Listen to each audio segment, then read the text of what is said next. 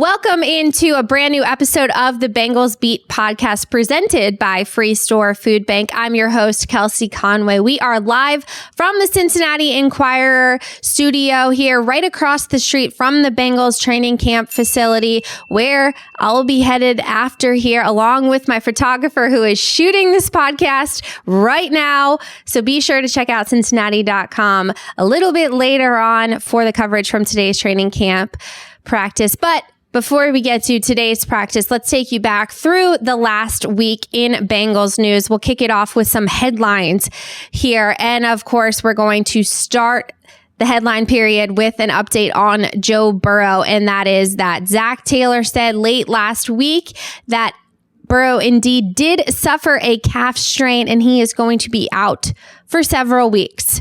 What do you think several weeks is? That's a conversation that's been going around. Is several 2 to 3? Is several 4 to 5?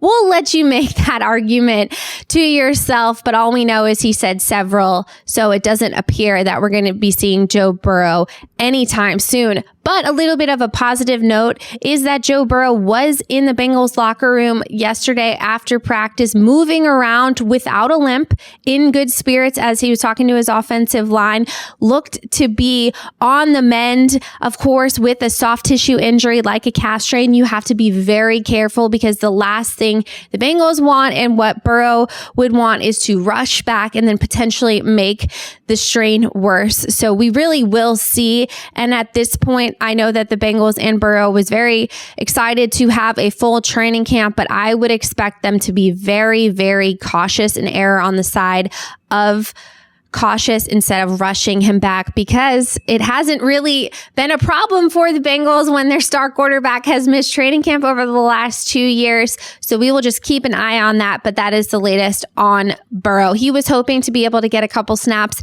in a preseason game, but it doesn't sound like that is likely. So at this point, it's just a matter of when he's able to come back. But there's also the contract part of this whole discussion, and that is Burrow going to come back when he's healthy without a contract extension in place? And that is something that only he and his agent and probably the Bengals front office know at this point. And there is I would say probably 80% of the population that is saying right now he shouldn't come back until he has signed that deal. And it's hard to argue against it because an injury can change a player's life. And I've always said personally, I have no problem with holdouts and players wanting to get their money, because when you look at how physical the sport of football is, it is brutal, and especially at that position. And I was there at practice when he went down, and you could have heard a pin drop. It was that quiet amongst the Bengals players and the media covering. And it just goes to show just how valuable he is, because when he's not at practice, and of course, no disrespect to Jake Browning and Trevor Siemian, it's just a different level of play. And you go into this season right now, the Bengals have sky high expectations as a potential Super Bowl contender. And without him, that drastically changes. So if you're Burrow, you have all of the leverage in the world, and heaven forbid that injury to his calf strain was any worse and it was another ACL injury. He's 26 years old. Could you imagine being him and having 2 ACLs that he's had to recover from? That would drastically change his contract value. And of course, the Bengals would do right by their quarterback, but they also have a business to protect, and things could drastically change if another significant injury happened to him. So of course, it would make sense for him to want to make sure he gets his guaranteed money up front. And, you cannot fault him for wanting to do that and protecting himself. And then there's also, a small portion of people that would say, it's going to get done when it gets done, and he's under contract for 2 more years, so he should come out and play. And you can hear both sides of things. I'm on the side personally of he shouldn't play again in practice until he gets that deal done. That's also because I think the Bengals, the clock is starting to tick for them a little bit on these contract extensions, because Burrow's deal affects T. Higgins' potential deal. T. Higgins' deal potentially impacts Logan Wilson. It's a domino effect. And that's why I think the sooner that the Bengals get this Burrow deal done, everybody can exhale. You can start working out some of the other smaller deals that are also very important. So that is the update on Joe Burrow. We'll keep you posted as always, as that will be something to watch over the next couple of weeks. And another headline for the week so far is the Bengals had an off day on Sunday, and yesterday they resumed to practice. The pads go on today, but to start practice yesterday to kick off the week, defensive end Trey Hendrickson was not practicing. Zach Taylor said it's a lower leg issue, and he said he was going to be limited today and throughout the week potentially. So keep your eye on that. Trey Hendrickson, of course, just signed a 1-year extension to keep him in Cincinnati for the next 3 seasons. So we will be keeping an eye on that.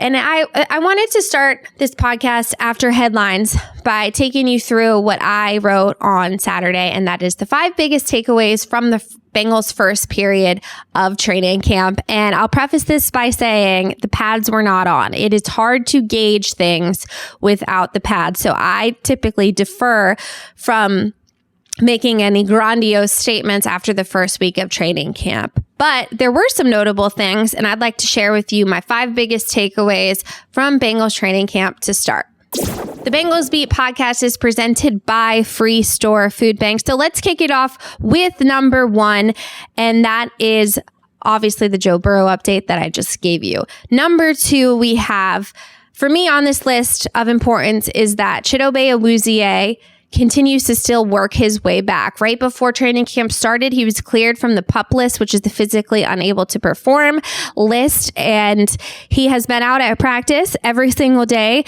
doing individual work and looking very well on the sides. When he's running, he looks strong. And as far as an update on him, I spoke to cornerbacks coach Chuck Burks after practice last week. He was in awe of the progress that Cheeto has made in terms of being able to be back by this training camp period. He tore his ACL in a gruesome injury on Halloween. And for this quick turnaround, it speaks to the work he's done to put himself in this position, but truly just how athletic and strong he is as an athlete. And a quote that really stood out to me was that when Burke said to see him on the field, going through his technique, going through individual, he looks explosive. It's almost like he never skipped a beat. And to say that without pads or anything, I think is a really good reminder that Cheeto is capable of coming back and being the same player, if not better, after this injury. And, he's on his second contract, getting close to 30 years old. You wonder how much an injury like this can impact a player's career. Well, it sounds like Cheeto is going to be good to go, and you can count on him to be your number 1 starting cornerback who's going to have a tough season in terms of he gets the best matchups every week going up against opponent's top wide receivers, and it sounds like he is going to be good to go. And Burke said you wouldn't even think he was coming off of an ACL. So we have not seen him participate in team drills, but we will see how that progresses. I'm sure based off the way Zach Taylor has done things in years past, as training camp goes on, they will ease him back onto the field. And I would imagine that towards the back end of this training camp period, they will get him involved in some of those team drills just so that he can get acclimated to it, and B, the communication between he and the rest of the secondary is sound as they get ready for their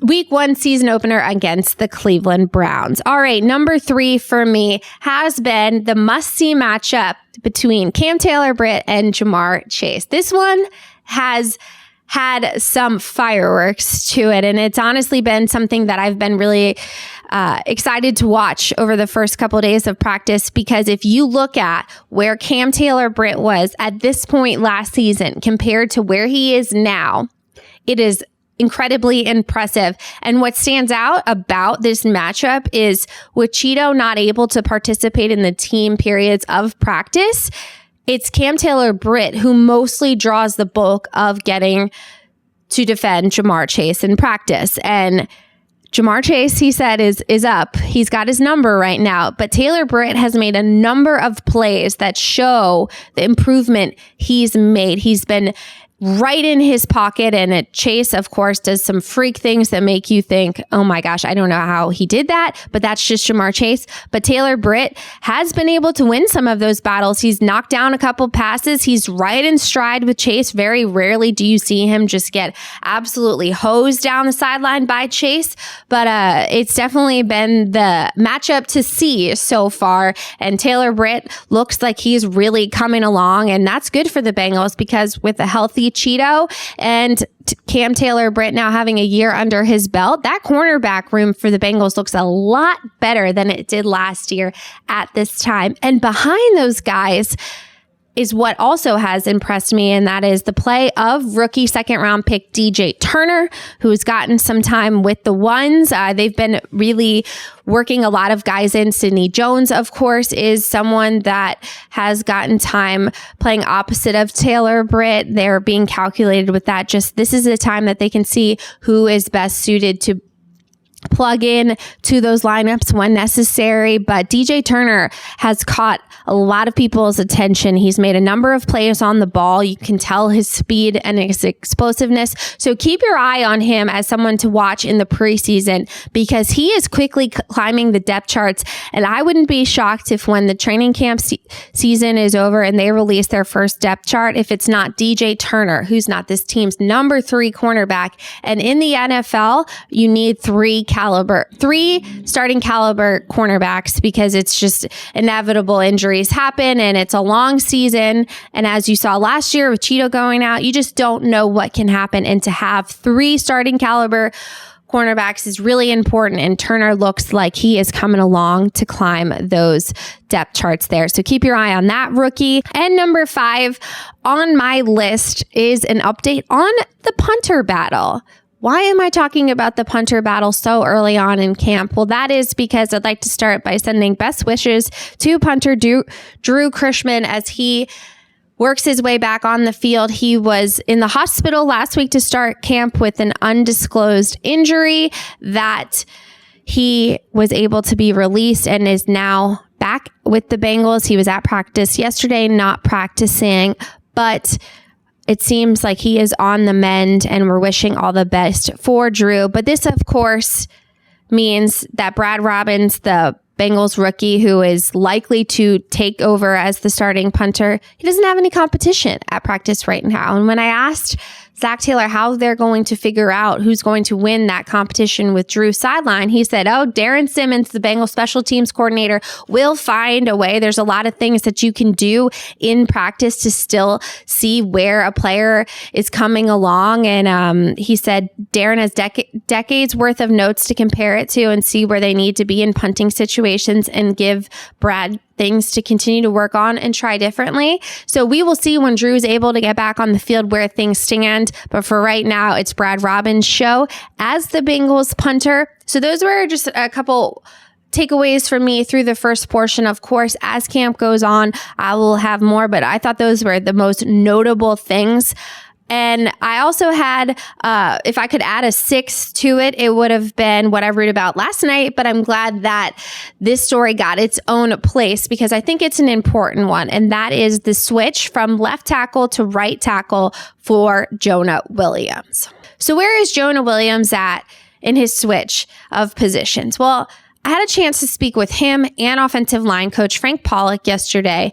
And I found the conversation to be very enlightening in that you look at these professional athletes, specifically NFL football players, and you hear, well, he's just switching sides. You know, how hard could that be? People might ask. And it's not a slight. It's just people are wondering what are the main differences between switching sides. And I had a conversation with Jonah that really opened my eyes to just the amount that needs to be taken into consideration when you're evaluating Jonah early on. And my story is up on Cincinnati.com if you want to check it out for further details. But for Jonah's specific switch, here's what Frank Pollock had to say about how he's going through his progression. When you switch sides, your anchor leg, your power legs, your inside leg, so that's switching. Your dominant hand is your inside hand, so that's switching. So just getting comfortable from a pass protection standpoint, being able to redirect and anchor around bull rush, redirect on an inside move efficiently, not be awkward while at the same time you're able to use your hands. His hand strikes are backwards. He's used to using his outside hand and bringing his right hand underneath on the left side. Now he's flipping that on some of the hand strikes that we're incorporating teaching. So those are just getting used to that. And every layer of pads come on, now it's going to be more violent collisions, requiring him to sit and anchor, be more powerful and more natural. So the more reps he can get at doing that, you'll see us use bungees, sandbags, maybe even some med ball type things to help him kind of incorporate that without pads on. So now when the pads come on, we get more reps of actual having to load and stress a new power leg, inside leg, a new inside power hand, all that good stuff. So those are the things you really want him to get comfortable with and make it a seamless transition. So a couple of things to keep in mind here. Jonah Williams wasn't given the offseason to really get his footwork down and put himself in a position where he could be in training camp going full force, ready to go. He was recovering from a knee injury that made him unavailable to do all those things. And you bring in the conversation of the trade talks, and it was unfulfilled. There was a trade on the table and the Bengals opted not to trade him. But here's everything from his side, right? He doesn't know if he's actually going to have to play on the right side when he asks for his trade, because he doesn't know if other teams are going to want him to come in and play left. So he didn't fully commit, even if he was able to start the transition process. He didn't know what his future was going to be. Well, then once he found out after draft weekend, when the team decided not to deal him, he was not cleared yet fully to be able to do what he needed to do to get himself up and running on the right side. And you might ask, what do you mean by that? And his quote to me really stood out, and I'll play it right here after. But he said, it's a little bit harder on the right side coming off of the injury. He dislocated his left kneecap. He said, because I injured my left knee, and most of playing a right tackle is actually pushing off your inside foot. So my left foot is more like bracing and taking on weight with my outside. I'm just focusing on keeping my weight over my inside foot. So that's why it was kind of hard to get too many reps in this offseason until my knee was at the point that it could be. So where is he at right now? The Bengals were very strategic in their plan to ease Jonah back into things. Zach Taylor's very good at this. He's very cognizant of keeping players' health in mind. And the plan was to make sure that he didn't have too many days in a row where he's really stressing that knee, because he was really only cleared fully until the end of June. So keep in mind, he didn't have any spring ball. They're really going to be smart about just giving him more and more each day so he can gradually build up. Because the worst thing that could happen is you put too much on his plate and he's not able to succeed in those things, and it causes maybe a setback in his recovery. So to start training camp, the first day, he was starting at right tackle. The next 2 days, it was Jackson Carman. Carman and Jonah Williams, Zach Taylor said, would be on a daily rotation and to not read too much into things. But I did think it was interesting that Zach Taylor had given Jonah a rest day in terms of team drills on Friday, so that he had 1 day on, 1 day with the twos, a day off, practice with the ones on Saturday, a day off. He's being very smart here. So we will see, of course, it seems like today when they put pads on, he will be with the ones again. But if you see notes out in the media about Jackson Carman starting, hold your horses. There's a plan in place here, mostly because of Jonah still recovering from his knee. But things seem to be off to a smooth start. And Frank Pollack was like, I got to give my hat off to Jonah. He has taken this challenge in stride. And when I asked Jonah, do you think there is a silver lining in that maybe you could actually be better at right tackle than you were at left tackle? His response to me tells you everything about how he's approaching it. He said, I'm approaching it that I want to be better at right tackle than I ever was at left. And if that's the case, I'll like right tackle better. He's entering a contract season, so him being at his best is not only good for Jonah and his future in the NFL, but it's also great for the Bengals because you added Orlando Brown to really anchor that left side. If you can get Jonah playing at his best on the right side, you've got a really good outside offensive line there. And of course, the interior might be the Bengals' biggest strength with Ted Karras, Alex Kappa, and Cordell Volson. So if, all of those guys are playing at their best, it's going to make a world of a difference for Joe Burrow in the pocket. And you've seen what